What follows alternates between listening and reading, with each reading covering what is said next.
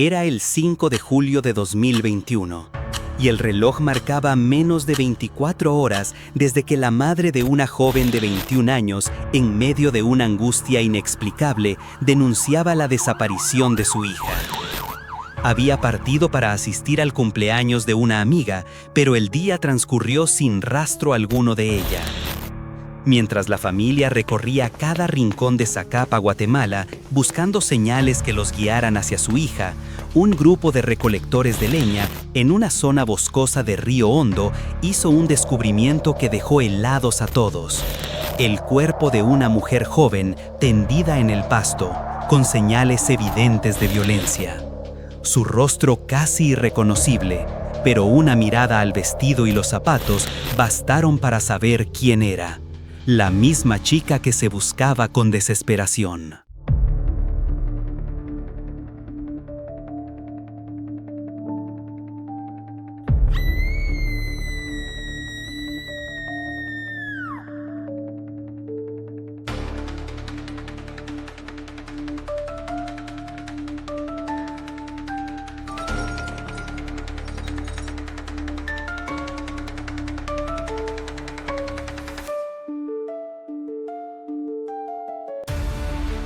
Bienvenidos a Rastros del Pecado.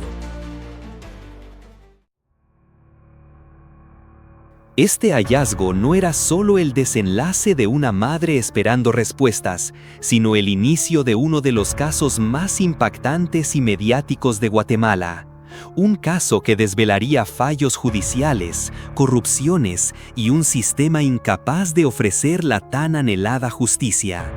La historia de Melissa Palacios Chacón sería conocida por todos, pero también sería una de las más desgarradoras, porque su muerte, en lugar de esclarecerse, solo dejó más sombras que respuestas. Esto fue lo que la madre de Melissa dijo. Mi hija Melissa nació el 15 de noviembre de 1999 en San Jorge, Zacapa. Fue mi primera hija, la que me dio sentido a la vida. No fue fácil, y la vida no siempre fue perfecta para ella, pero siempre lo hicimos lo mejor que pudimos. Yo trabajaba como agente en la Policía Nacional Civil, lo que me dejaba poco tiempo para estar con mis hijas, pero siempre las crié con mucho amor. Mi madre y mi hermana estuvieron siempre allí para apoyarme. A pesar de las dificultades, Melissa se convirtió en una joven responsable, cariñosa y con grandes sueños. Siempre soñó con ser veterinaria. Desde pequeña le encantaban los animales. Incluso cuando terminaba el colegio, me decía que algún día tendría su propia clínica y que podría ayudar a nuestra familia. En 2021, a los 21 años, Melissa ya estaba en la Universidad de San Carlos luchando por alcanzar sus metas. Tenía un futuro brillante por delante, pero nunca imaginé que ese futuro se truncaría tan abruptamente. El 4 de julio de 2021, ella me dijo que iría al cumpleaños de su amiga Marisa. Yo no me sentía cómoda con la idea de que viajara sola en autobús, pero Melissa me tranquilizó. Me dijo que se encontraría con una amiga para ir al evento y luego regresaría a casa. Pensé que todo estaría bien. Pero cuando llegó la tarde y Melissa no regresó a casa, el miedo empezó a invadir mi cuerpo. Le envié un mensaje, pero no hubo respuesta. Llamé, y el teléfono fue directo al buzón de voz. El miedo se apoderó de mí. Llamé a la amiga del cumpleaños, y ahí fue cuando recibí la noticia que no quería escuchar. Melissa nunca había llegado al evento. Mi corazón se aceleró. Rápidamente fui al Ministerio Público, denuncié la desaparición y comenzó la búsqueda. Recorrimos todas las zonas cercanas a casa, sin descanso. Pero las horas pasaban y el terror me invadía. Mi hija estaba desaparecida y nadie sabía nada de ella. Al día siguiente, la mañana del 5 de julio, a menos de 24 horas de la desaparición de Melissa, recibí una llamada desgarradora. Las autoridades informaron que el cuerpo de una joven había sido encontrado en una zona boscosa de Río Hondo, en la aldea Las Palmas. La angustia de madre llegó a su clímax. Fui al lugar y cuando vi sus zapatos y la tela de su vestido, supe que era mi hija. Su rostro estaba completamente desfigurado, pero lo supe. Me aferré a ella mientras el cuerpo era retirado. Vi cómo los bomberos la llevaban. Mi hija estaba muerta y con ella se fue una parte de mí. El dolor fue indescriptible. El Instituto Nacional de Ciencias Forenses confirmó que la causa de la muerte de Melissa fue por golpes severos en la cabeza, probablemente causados por piedras. La joven había sido golpeada hasta perder la vida. Además, su rostro fue completamente desfigurado. La necropsia descartó que hubiera sufrido agresiones sexuales. Las pruebas eran claras. Melissa había sido asesinada. Poco después de su muerte, las autoridades encontraron un audio clave en el teléfono de Melissa. En él, ella le decía a una amiga que llegaría tarde a la fiesta porque se había encontrado con otra amiga en el camino, pero que se les había pinchado una rueda. Este mensaje, enviado poco antes de desaparecer, permitió a los investigadores reconstruir los últimos momentos de Melissa. Las cámaras de seguridad mostraron a María Fernanda Bonilla Archila, una amiga de Melissa, y a su guardaespaldas, José Luis Marroquín, recogiendo a la joven cerca de su casa. A las 12 del mediodía del 4 de julio, ambos tomaron a Melissa en su automóvil, y durante 3 horas estuvieron viajando a una zona boscosa en Río Hondo, donde se cometió el crimen. María Fernanda era una antigua amiga de Melissa que supuestamente había sido compañera de estudios. Su nombre no era desconocido. Era hija de la empresaria y excandidata a la alcaldía Flor de María Bonilla Archila. Además, la muchacha era piloto de aviación y un año atrás había participado con un helicóptero en operaciones de ayuda. Durante un desastre natural, muchos la consideraban una heroína, pero la perspectiva de los ciudadanos sobre ella estaba a punto de cambiar para siempre. Las imágenes de las cámaras de seguridad mostraban el recorrido realizado por los dos sospechosos, probando que ambos llevaron a Melissa hacia otro municipio. Durante más de 3 horas, María Fernanda y José Luis estuvieron desplazándose hasta detenerse en la zona boscosa de Río Hondo, donde más tarde fue localizado el cuerpo de la víctima. Para ese entonces, los agentes tenían ya la teoría de que en ese lapso, Melissa fue golpeada hasta fallecer por sus agresores. Si bien la joven se defendió de ellos, María Fernanda y José Luis utilizaron una roca para concluir el siniestro acto y luego la abandonaron sin vida en aquella zona boscosa. Como si eso fuera poco, el peritaje realizado al celular de Melissa demostró que la última llamada que la joven había hecho antes de desaparecer fue justamente a María Fernanda. Posteriormente, los familiares de la joven recordaron que durante las horas que Melissa estuvo desaparecida, María Fernanda se puso en contacto con ellos para preguntarles si sabían algo acerca de su paradero. El 9 de septiembre, María Fernanda y José Luis fueron ligados a proceso por el asesinato de Melissa, y las autoridades dieron un plazo de 3 meses a los agentes para culminar las investigaciones. Los acusados debían esperar los avances del caso en prisión preventiva. Para entonces, algunos medios afirmaron que el móvil del crimen tendría algo que ver con el vínculo entre Melissa y María Fernanda. Paralelamente, los dos sospechosos debieron entregar sus teléfonos celulares.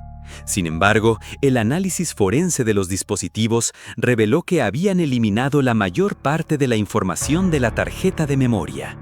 De igual forma, los peritos lograron recuperar fragmentos de algunos de los mensajes que intercambiaron los implicados a través de una plataforma de mensajería durante la medianoche del 3 y la madrugada del 4 de julio. El hecho de haber borrado algunos textos solo los inculpaba más.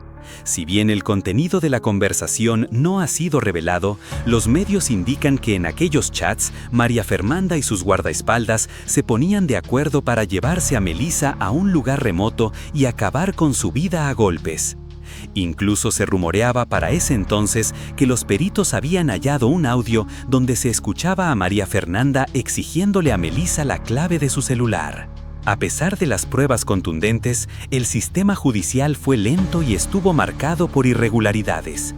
La familia de Melissa, encabezada por su madre Anabela, luchó incansablemente para obtener justicia.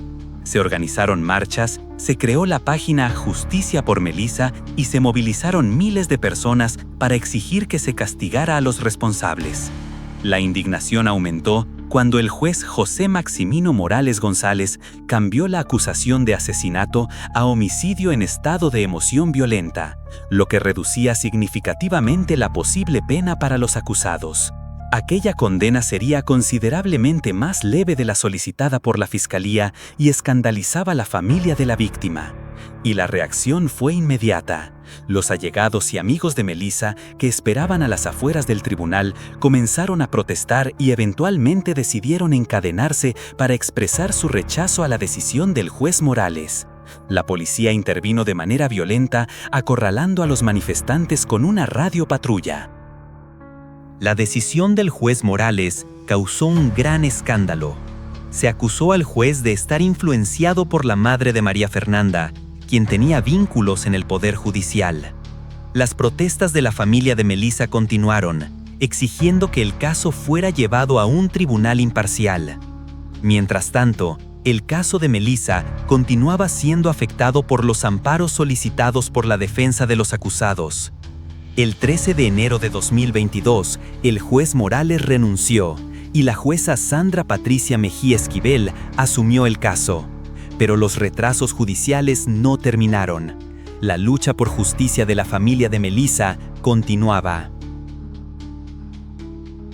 En sus redes sociales comentó a 45 personas que la estaban viendo que había tenido una conversación con la familia de Melissa luego de que protestaran por la modificación de los cargos en su contra. Como si de un chiste se tratara, María Fernanda comentó que quedaría en libertad, que ella no era culpable de nada y que los familiares de la víctima tenían que aceptar las cosas como eran. Al enterarse de la transmisión, Anabela y sus allegados denunciaron que la acusada gozaba de privilegios dentro de la cárcel. Había quedado evidenciado que tenía acceso a un teléfono celular, pero además aseguraron que contaba con un vehículo presuntamente de su madre y con personas que se encargaban de la limpieza y de cocinar para ella. Para eso, no hubo nuevos avances en el caso por un largo tiempo, excepto por el hecho de que el 31 de enero, la jueza Esquivel se excusó del proceso por dudas de imparcialidad y elevó el caso a la Sala Regional Mixta de Zacapa. Llegado el 5 de julio de 2023, se cumplieron 2 años del hallazgo del cuerpo de Melissa y su familia estaba muy lejos de obtener justicia. En 2024, la defensa de María Fernanda y José Luis solicitó acogerse a un proceso especial, aceptando responsabilidad por homicidio en estado de emoción, es decir, admitía haberle quitado la vida a Melissa a cambio de obtener una reducción en su condena. El Ministerio Público solicitó trasladar el caso a un juzgado de mayor riesgo en la capital, es decir, a un tribunal especializado en casos que representan un riesgo para la seguridad de los participantes en el proceso judicial, como jueces, fiscales, testigos y las propias víctimas o imputados. Para eso, alegaron intimidaciones y falta de imparcialidad en el proceso. La familia de Melissa siguió luchando, exigiendo que los acusados pagaran por su crimen. A pesar de las pruebas y el clamor público, el caso seguía sin resolverse. Y como si eso fuera poco, también generaron controversia las declaraciones de María Fernanda después de la suspensión del acto. La mujer expresó ante los periodistas presentes: No sé si la familia, nuevamente repito, de Melissa está mal informada. Señores, les estoy dando la cara. Les estoy dando la cara. Estoy enfrentando la justicia. No sé cuál es el temor de que yo en su momento pueda obtener la libertad. Si ellos están conscientes que mi delito no es asesinato, mi delito es homicidio en estado de emoción violenta. Sus palabras fueron ampliamente difundidas por la prensa y derivaron en numerosos comentarios en las redes sociales. Muchos internautas calificaron la actitud de la acusada de prepotente e irrespetuosa. Expresaron su deseo de que, de ser hallada culpable, se le impusiera un castigo ejemplar y finalmente ocurrió algo que podía cumplir esos anhelos. Finalmente, el Ministerio Público confirmó la existencia de un audio que terminó de cerrar las dudas de la ciudadanía. La grabación había sido hecha aparentemente minutos antes del crimen y había sido extraída de un video que se filtró en redes sociales. En la misma se podía escuchar lo que parecía ser una discusión entre María Fernanda y Melissa. La acusada le exigía que no siguiera hablando sobre ella, aunque en ningún momento dejaba en claro qué era lo que Melissa había dicho. También se escuchaba a la víctima, quien entre gritos desgarradores imploraba que la dejasen tranquila. Y bajo amenaza, María Fernanda le exigía la contraseña de su teléfono. Después de eso, no se podía oír nuevamente la voz de Melissa, pero sí los golpes. Estos serían los que habrían terminado con la vida de la víctima. Pero eso no era todo. A los mensajes de WhatsApp que los dos acusados intercambiaron la noche previa al asesinato de Melissa y el audio en el que ella suplicaba para que dejaran de lastimarla, se sumó algo más: la colaboración de un testigo clave en el caso. Su identidad no fue revelada, pues su vida podría correr peligro. Pero los medios aseguraron que esa persona habría aportado pruebas a la fiscalía para fortalecer la investigación en contra de los acusados. Y las actualizaciones siguieron siendo cada vez más constantes. El 4 de mayo, la familia de Melissa llevó a cabo una protesta en la ciudad de Guatemala para exigir al organismo judicial trasladar el caso contra los acusados de homicidio de la joven a un tribunal de mayor riesgo en la capital del país. Daniela Palacios, la hermana de Melissa, expresó ante los medios que tanto ella como su familia habían luchado incansablemente para evitar que el asesinato de Melissa quedara en el olvido, buscando que no se hiciera justicia con impunidad. Fue esa misma lucha la que motivó una movilización que culminó en las puertas de la Corte Suprema de Justicia. Durante esa manifestación, la familia de Melissa solicitó a los magistrados que el caso fuera trasladado a un tribunal especializado en delitos de alto impacto, alegando que los tribunales de Zacapa y Chiquimula habían manejado el caso con graves irregularidades. En un momento de gran emoción, Anabela tomó el micrófono y denunció que le habían apagado la vida a su hija, advirtiendo que si el caso continuaba bajo el juicio del tribunal actual, los responsables podrían recibir beneficios y ser condenados por cargos más suaves. Al finalizar la marcha, Anabela agradeció a las más de 100 personas que se unieron a la protesta para exigir justicia por Melissa. Al final, tal vez se logre una sentencia que esté a la altura de la gravedad del crimen. Sin embargo, lo que es innegable es que desde el inicio del proceso, María Fernanda ha gozado de una protección casi inexplicable. Aunque algunos medios han especulado que el móvil del asesinato podría estar relacionado con un interés romántico no correspondido de parte de la víctima, estas suposiciones aún carecen de pruebas contundentes.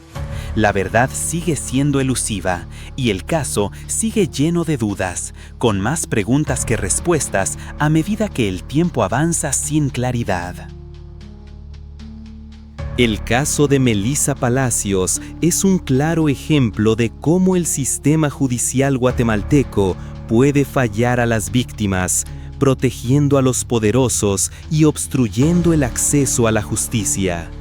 La familia de Melissa sigue luchando, esperando que finalmente se haga justicia por esta joven cuyo sueño de ayudar a los animales fue truncado de la manera más cruel. ¿Se logrará justicia alguna vez? Solo el tiempo lo dirá.